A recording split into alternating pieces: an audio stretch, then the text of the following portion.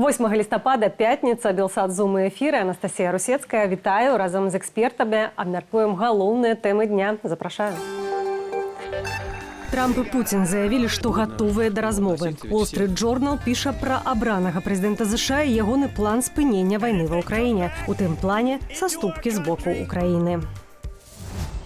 Парламентары Чэхіі заявілі, што вынікі прэзідэнцкіх выбараў 2025 года ў Беларусі будуць нелегітымнымі і заклікалі вызваліць палітвязняў.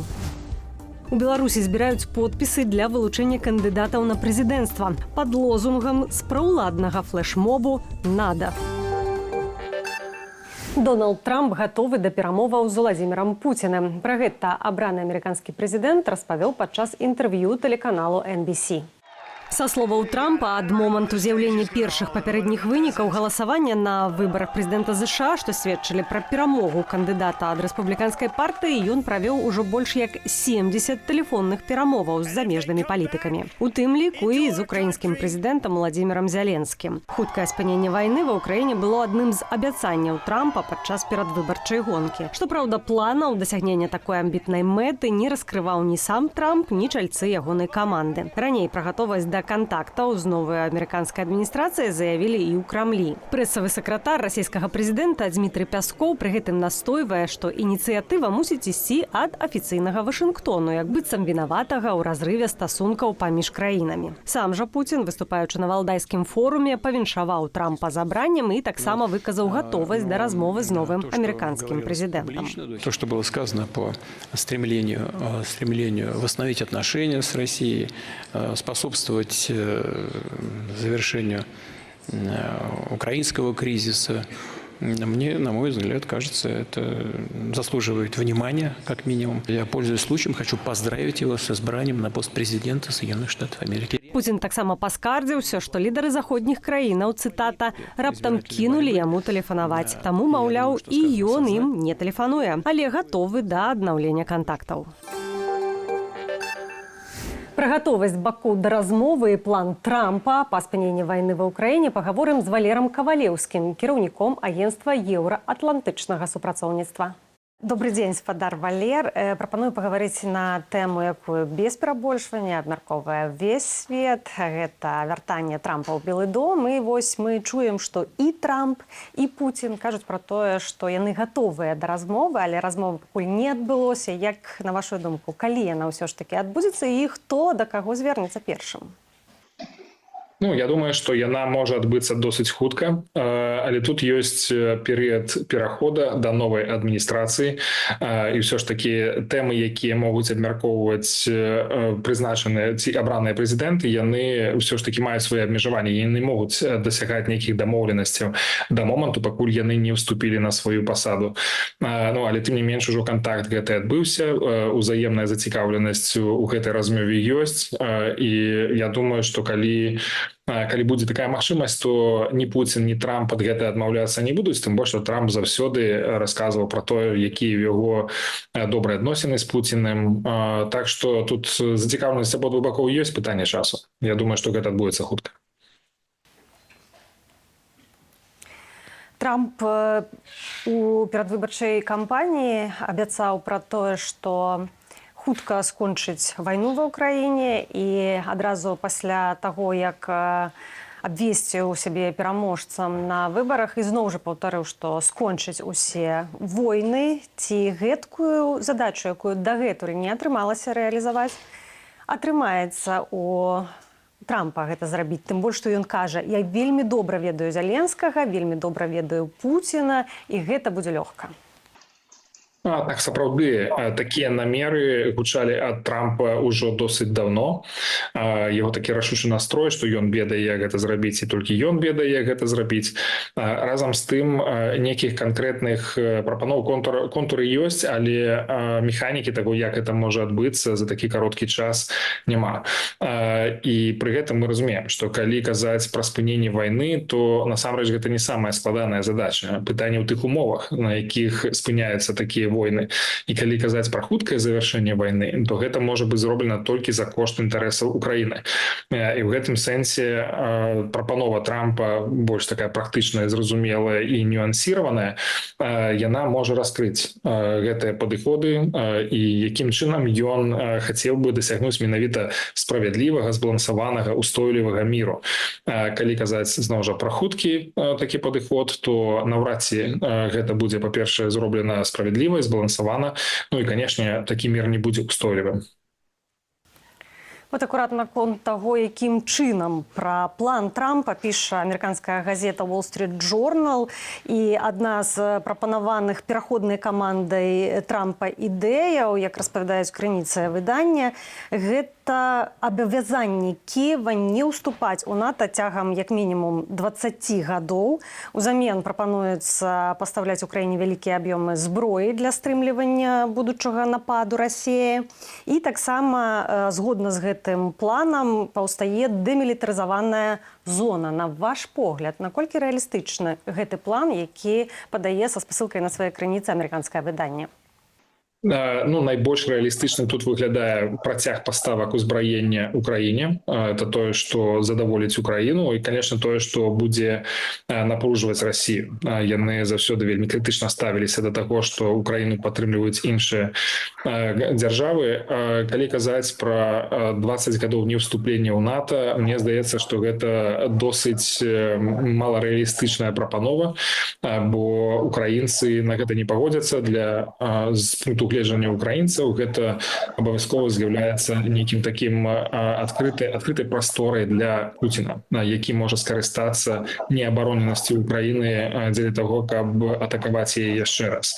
Калі ж казаць пра дэмілітарызаваную зону, то тут няма падрабязнасцяў, хто можа быць той сілай, тымі ўзброенымі сіламі, якія будуць падтрымліваць гэтую зону. Гэта могуць быць еўрапейскія краіны, ці гэта можа быць мандат ААН. На сённяшні дзень гэтая тэма абсолютна не раскрытая, і мы разумеем, што для того, каб такую працяглую зону падтрымліваць парадак на бяспеку, то трэба будуць вельмі значныя сілы, і гэта будзе вельмі дорага каштаваць. Таму пакуль на сённяшні дзень няма ніякіх дэталяў, як гэта будзе рэалізоўвацца, забяспечвацца. Ну, выглядае, прынамсі, так даволі вельмі прыблізна, каб ацэньваць рэалістычнасць гэтага. Калі мы кажам пра імаверныя перамовы паміж Расіяй і Украінай, то тут таксама паўстае пытанне наконт Лукашэнкі і ягонага жадання. Ці можам мы уявіць пры змене кіраўніцтва ў Белым доме удзел ўсё ж такі Лукашэнкі за сталом перамоваў? Ну, мне здаецца, што гэтая таксама тэма маларэалістычная для Лукашэнкі, бо ён паказаў сваю ангажаванасць у гэты канфлікт. Ён не з'яўляецца нейтральным бокам, а больш за тое, ён падкантрольны Расіі бок. Недаўнія выказванні Лукашэнкі пра тое, што насамрэч вайна не пачыналася з тэрыторыі Беларусі, што не было дазволу на гэта, што гэта атрымалася літаральна выпадкова. Па-першае, паказвае яго адарванасць ад рэалій, бо ўсё ж такі вайна пачалася менавіта з тэрыторыі Беларусі. Па-другое, паказвае адсутнасць яго суб'ектнасці ў гэтым пытанні, што расійскія войскі зайшлі самастойна на нашу тэрыторыю і самастойна прынялі рашэнне пра тое, каб атакаваць Украіну. Тым самым парушыўшы міжнародныя дамоўленасці Беларусі з Украінай і ўвогуле міжнароднае права, зрабіўшы Беларусь суагрэсарам у гэтай вайне. Для украінскага боку Лукашенко з'яўляецца непрымальным удзельнікам, бо фактычна ён будзе выступаць з пазіцыі Крамля. Гэта фактычна падвойванне удзелу у перамовах менавіта крамлёўскай пазіцыі. Таму я разглядаю скептычна такія перспектывы, што Лукашенко будзе за гэтым сталом перамоваў, але гэта не адмяняе той працы, якую павінны рабіць мы, дэмакратычны рух, дзеля таго, каб настойваць на тым, што нацыянальныя інтарэсы Беларусі павінны быць абавязкова ўлічаныя у такіх дамоўленасцях. І тут, напрыклад, можна прывесці патрабаванне выводу расійскіх войскаў з тэрыторыі Беларусі, патрабаванне выводу ядзернай зброі з тэрыторыі Беларусі, калі яна туды была заведзеная, ну, прынамсі, каб гэта больш ніколі не было. Бо калі захаваць гэтыя элементы, гэтую прысутнасць, то можна быць упэўненым тым, што Расія аднойчы зноў скарыстаецца тэрыторыяй Беларусі дзеля таго, каб атакаваць Украіну.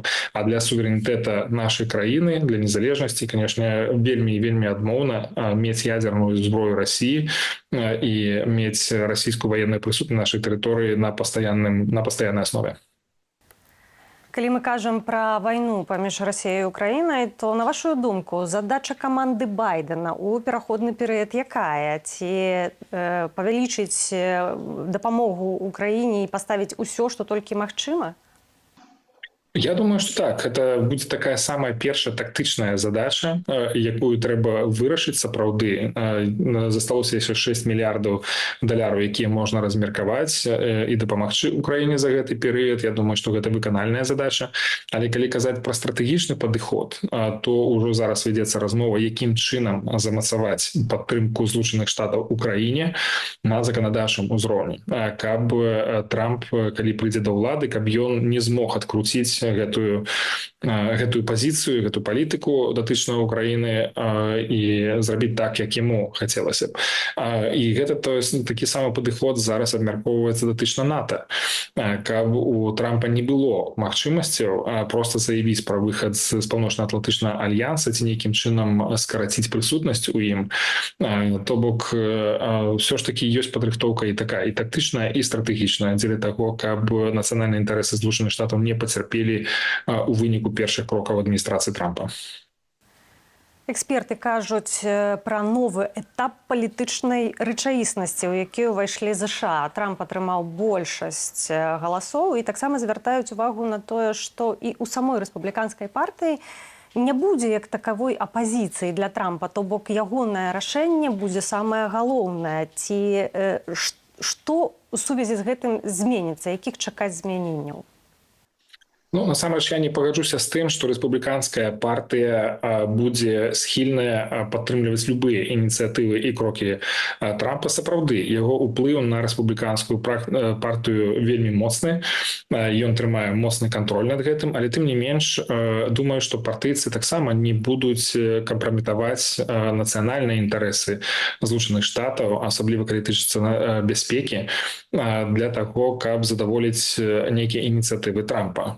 То бок рыхтуецца да прэзідэнцтва Трампа не толькі дэмакратычная партыя як апазіцыя, але таксама і рэспубліканская партыя, якая будзе найхутчэй мець поўны кантроль над кангрэсам і над сенатам, і над палатай прадстаўнікоў. Але ўсё ж такі рэспубліканская партыя таксама прытрымліваецца пэўных каштоўнасцяў, у тым ліку, што тычыцца прасоўвання дэмакратыі, свабоды, тое, што тычыцца падтрымання альянсаў.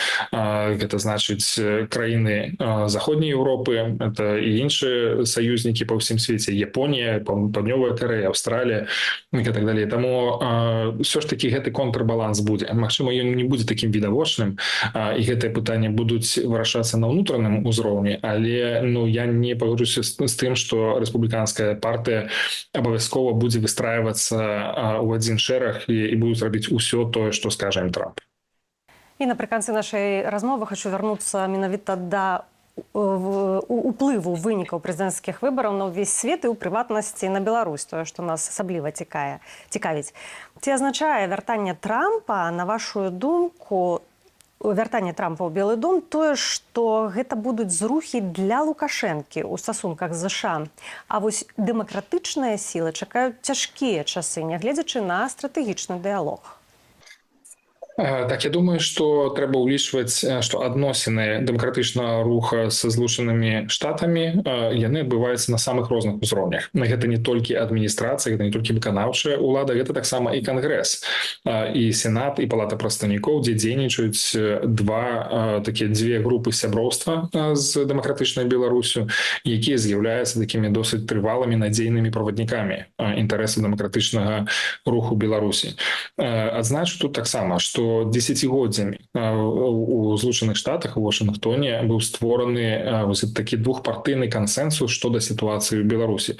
І Лукашенко там з'яўляецца абсалютным антыгероем, якога вельмі складана будзе прадаць як чалавека, з якім трэба наладжваць адносіны, з якім трэба нармалізаваць дыпламатычныя адносіны, палітычныя стасункі.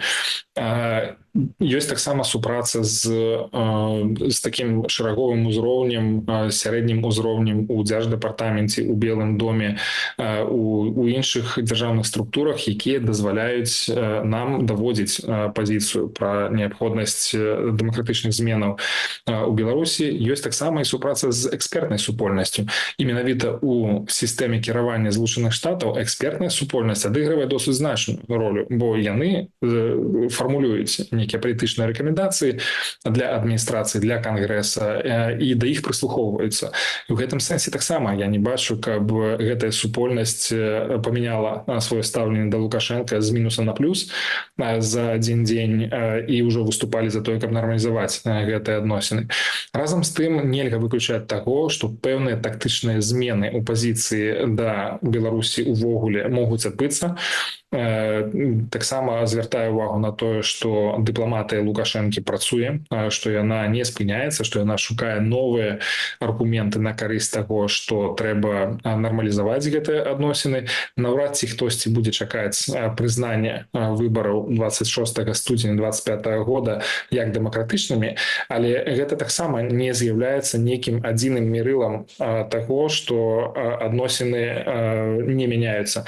Насамрэч, могуць адбывацца і іншыя працэсы. Мы разумеем, што ёсць кантакты пэўныя захоўваюцца, яны актывізаваліся апошнім часам паміж Злучанымі Штатамі і рэжымам Лукашэнкі.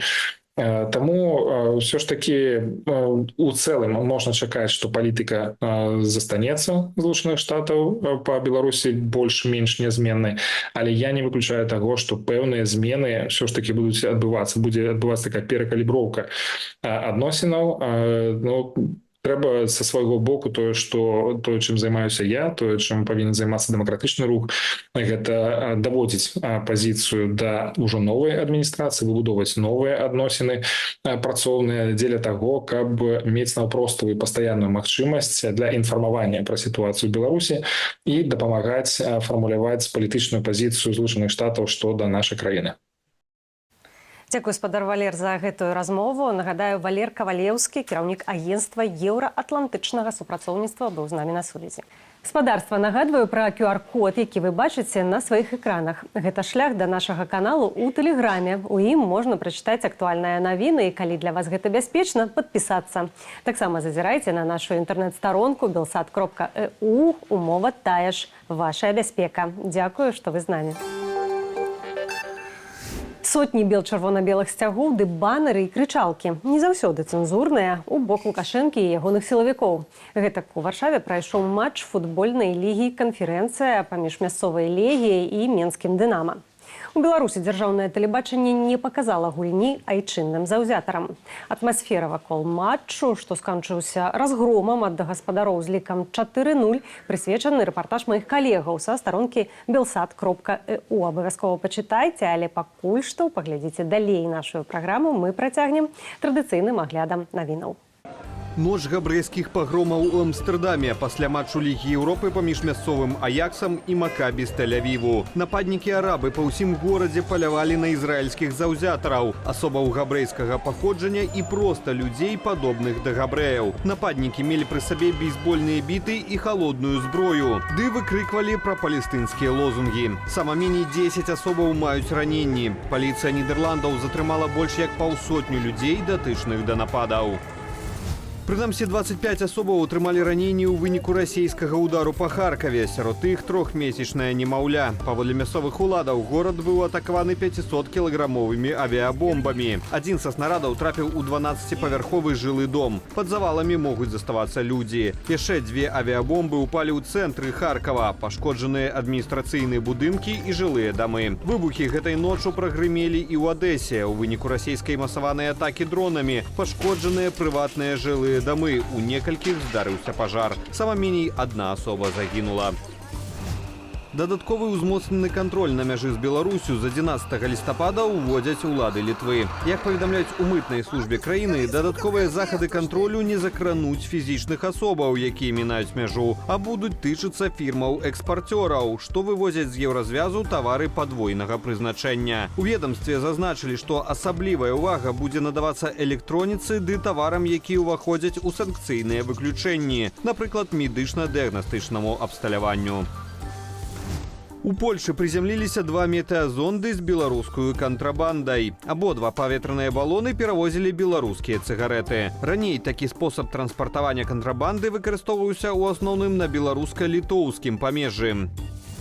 У парламенце Чэхіі прынялі рэзалюцыю наконт так званай прэзідэнцкай кампаніі ў Беларусі. Парламентары падкрэслілі, што правядзенне выбараў у цяперашняй сітуацыі непрымальнае, і іх вынікі не змогуць лічыцца легітымнымі. У дакуменце, падрыхтаваным камітэтам замежных справаў парламенту, заклік да рэжыму Лукашэнкі спыніць палітычны пераслед апанентаў ды вызваліць за кратаў палітычных зняволеных.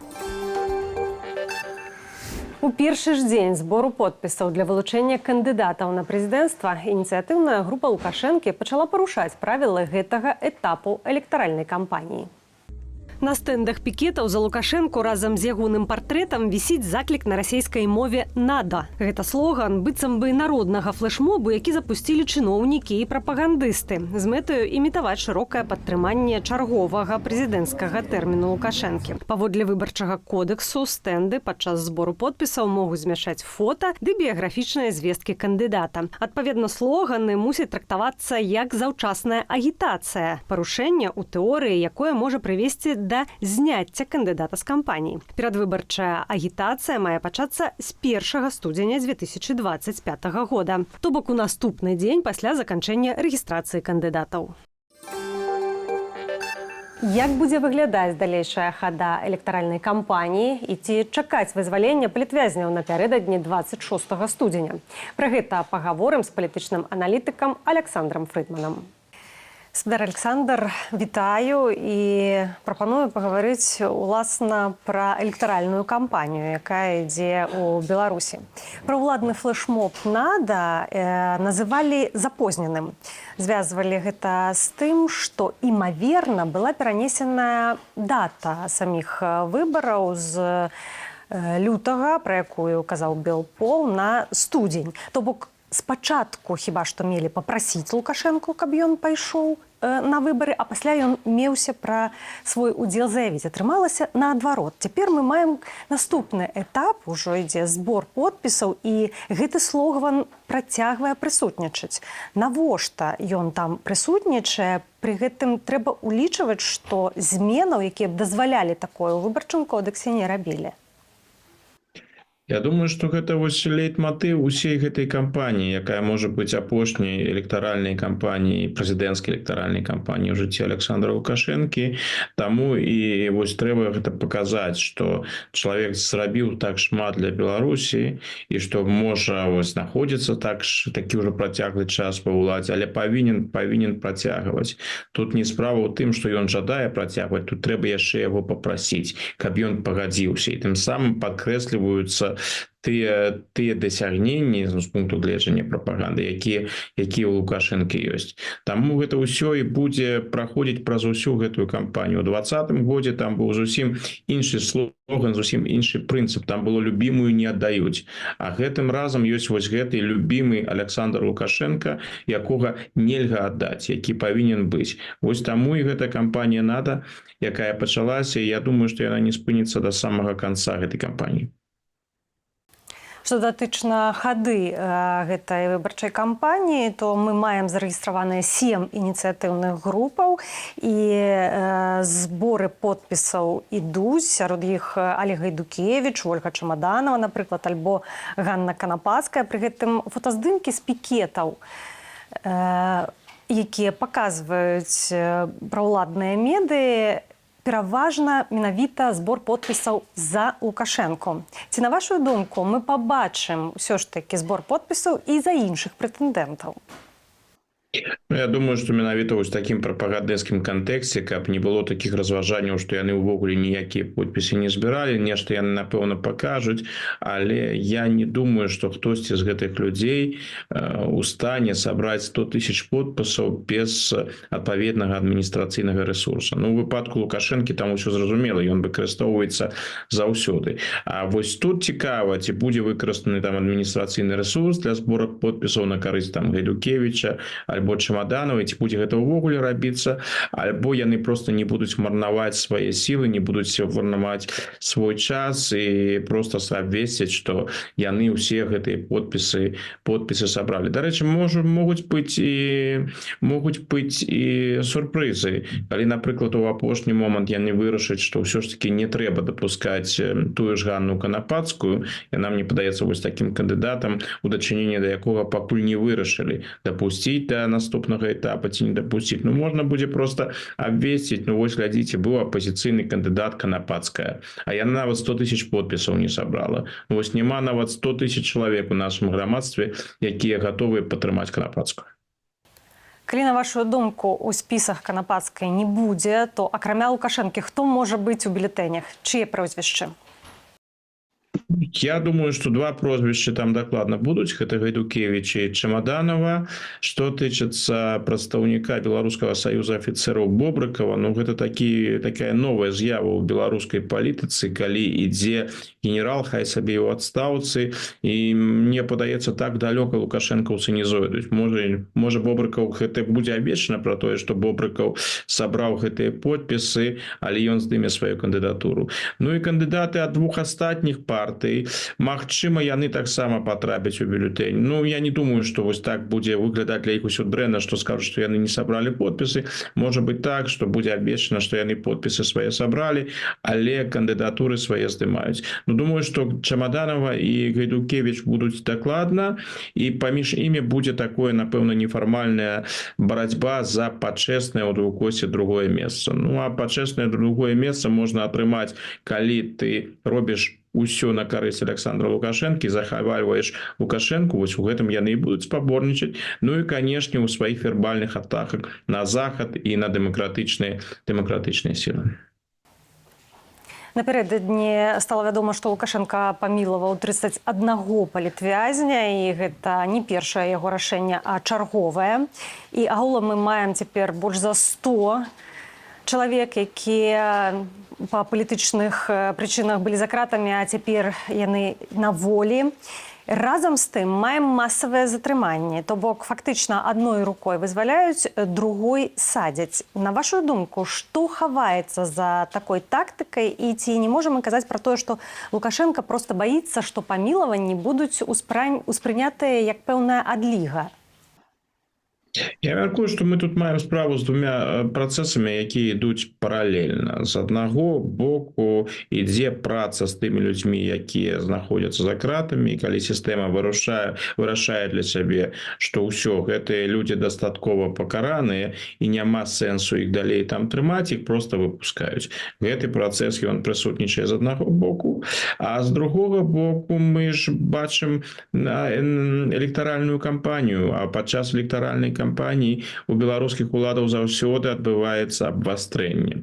Прычым і на такім эмацыянальным, нерацыянальным узроўні. Ну, калі паглядзець на сітуацыю рацыянальна, ну, кантралюе яе Лукашенко, ну, нічога яму не пагражае. Але не, вось яны бачаць, шукаюць, баяцца, што можа нешта пайсці не так, што выйдзе сітуацыя з-пад кантролю. То бок гэтая траўма 20-го году, яна вельмі моцная. І менавіта з гэтай прычыны ідуць гэтыя затрыманні. Я не думаю, што гэтыя працэсы вось неяк звязаны. Гэта праца адной рукі і праца другой рукі. Таксама, калі мы кажам пра вызваленне палітвязняў, звязваем гэты працэс з магчымым такім паказным працэсам, перадвыбарчым менавіта, то ці можам мы ў такім выпадку чакаць памілавання перад выбарамі значных фігур кшталту Калеснікава, Статкевіча, Бабарыкі? Я б выключаў. Я не думаю, што нешта такое адбудзецца. Для Лукашэнкі няма сэнса гэта рабіць. Першае, у яго асабістае ўдачыненне да гэтых людзей. Ну і памілаваць гэтых людзей, выпусціць ён можа толькі у тым выпадку, калі атрымае нешта значнае, тое, што ён хацеў бы атрымаць. А пакуль не бачна, чтобы яму хтосьці рабіў гэтыя прапановы. Так што думаю, што гэтыя людзі, на жаль, не выйдуць. Што б я не выключыў, ну так, у якасці такой гіпотэзы, але гэта ўжо не внутрипалітычны кантэкст, але знешнепалітычны. У сувязі з абраннем Дональда Трампа і з заляцаннямі Лукашэнкі для Трампа, вось гэтымі спробамі заваяваць прыязнасць Трампа, я б не выключаў, што пасля інаўгурацыі Трампа і, то бок, перад выбарамі Лукашэнкі можа быць вызвалены палітвязень Юра Зенкович, які з'яўляецца амерыканскім грамадзянінам, памілаваць Зенковича і накіраваць яго ў Злучаныя Штаты. Гэта, магчыма, мог быць такі жэст, якім Лукашенко мог бы паказаць Трампу, што ён гатовы да супрацоўніцтва, што ён жадае супрацоўнічаць, каб жэст добрай волі, каб на яго звярнулі увагу. Вось такі варыянт магчымы, і гэта было б насамрэч з пункта гледжання усталявання стасункаў з новай амерыканскай адміністрацыі досыць разумны крок. Але ці пойдзе Лукашенко на яго, адкрытае пытанне. Дзякую за гэтую размову. Нагадаю, Александр Фрыдман, палітычны аналітык, гісторык, быў з намі на сувязі. Да надыходу зімы, да халадоў трэба рыхтавацца не толькі людзям, але і жывёлам. Каб першыя марозныя дні не сталіся для цеплалюбівых выхаванцаў стрэсам, адміністрацыя заапарку ў японскім Нагану ладзіць сваім жыхарам цёплыя ванны ды ставіць у вальерах абагравальнікі. Кадры, ад якіх становіцца цяплей, далей в вашай увазе.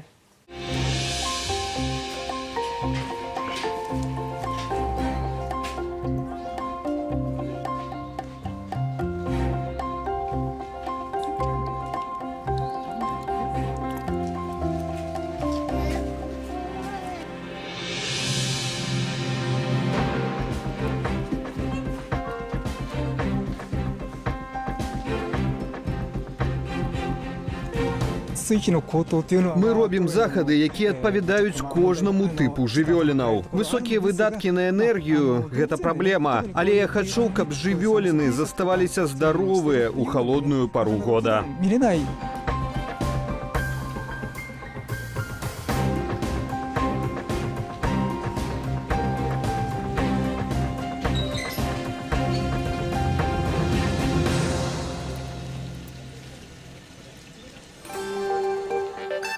У Белсад Зум гэта ўсё. З вами была Анастасія Русецкая. Зычу спадарству добрага вечара.